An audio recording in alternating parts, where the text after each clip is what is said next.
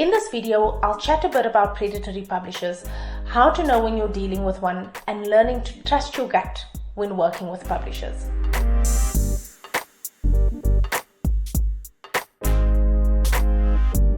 I had an encounter with a predatory publisher once, and I ended up withdrawing my paper after a lot of heartache. But at that particular time, I was a very inexperienced researcher. But even now, it can be very difficult to spot predatory publishers as they keep upping the ante.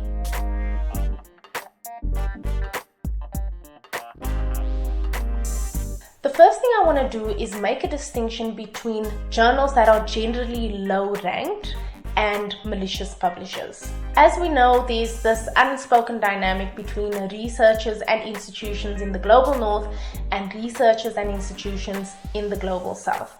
Many researchers in the global north have no interest publishing in journals that are hosted by institutions in the global south, whereas many global south scholars struggle for years to get their work published in journals that are hosted by global north institutions. For me, this is a really important point to make in a debate about predatory publishing, because many researchers make the flawed assumption that if something is hosted by a global north institution, i.e. an institution in the United States, the United Kingdom, or one of the many countries in Europe, that it is good.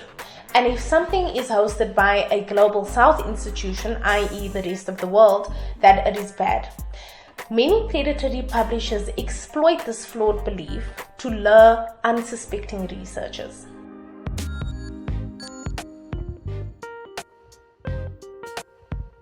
I once saw a tweet from a scholar asking how they should identify a predatory publisher, and a global north scholar actually responded to that tweet saying that if they see that the authors are overwhelmingly authors from the global south, then they know it's a predatory publisher. It is this type of reasoning that predatory publishers use to catch their victims, because most predatory publishers actually have addresses that show that they have offices in some big global north city, whether it be a European city or an American city.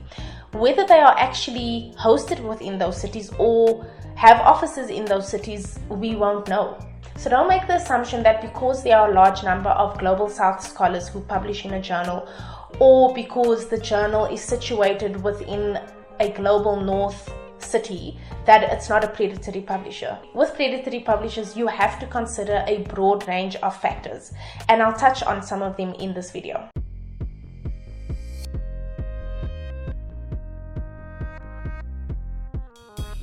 The first thing is that predatory publishers usually charge publication fees because this is how they make their money.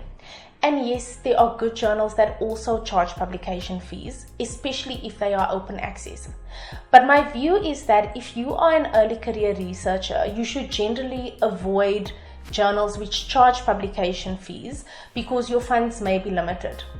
Also, there are a good number of journals that allow you to publish your work free of charge. As you become more experienced in your research journey, you will then be able to distinguish between fee-charging predators and journals that legitimately charge publication fees. The second thing is that predatory publishers are usually open access. And again, open access in and of itself is not a bad thing. Having an open access policy is the basis on which predatory publishers will charge their publication fees. No one wants to subscribe to predatory journals and publishers. So if they don't charge you the publication fee, there'll be no way for them to keep their operation going. So at this point, I know this may be becoming a bit more confusing because they may seem very similar to legitimate journals.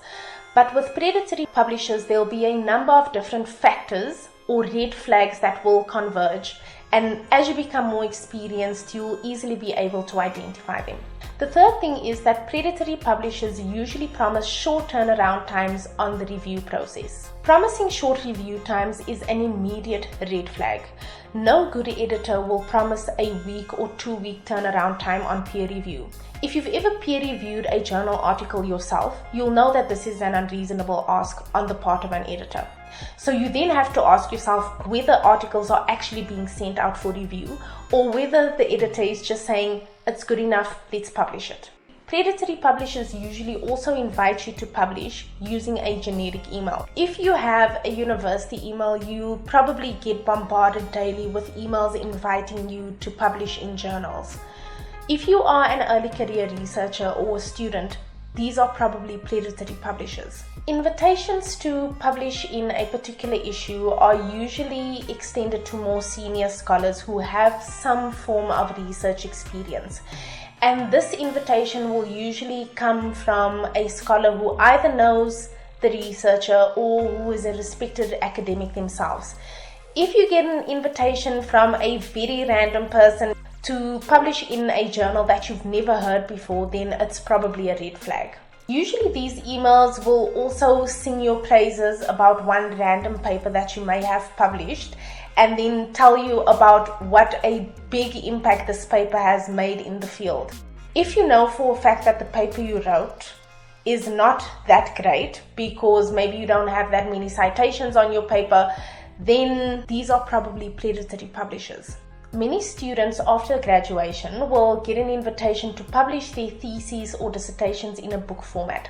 This is almost always predatory, but if you are unsure about whether or not to go ahead with something like that, chat to your supervisor.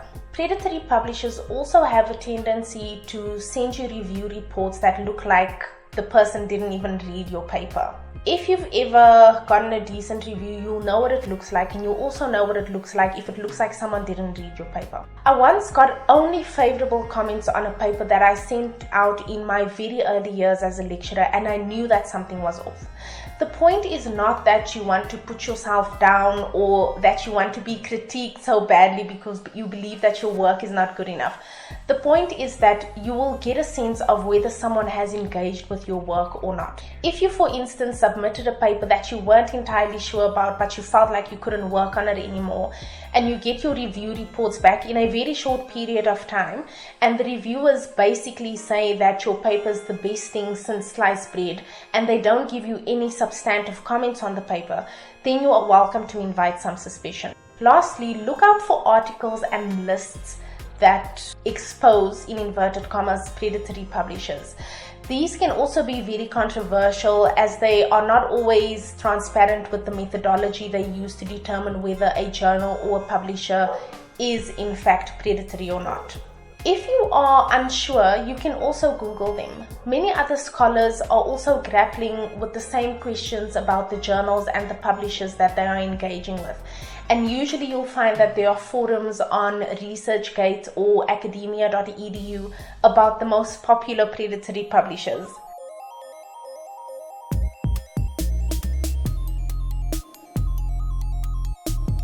What's important to remember is that the ranking and the reputations of journals are a completely subjective process and there is no objective science. This is why it's important to learn to trust your gut and be honest with yourself when it feels like it's just too easy too early in the game. As you become more experienced and confident about your work, you'll have a better sense of what feels right and what doesn't. The point is you need to trust your gut. The more experienced you become, the better your gut will start working. If you've had any experience with predatory publishers, you're welcome to let us know your thoughts in the comments below. Remember to like this video and subscribe to my channel. Happy publishing!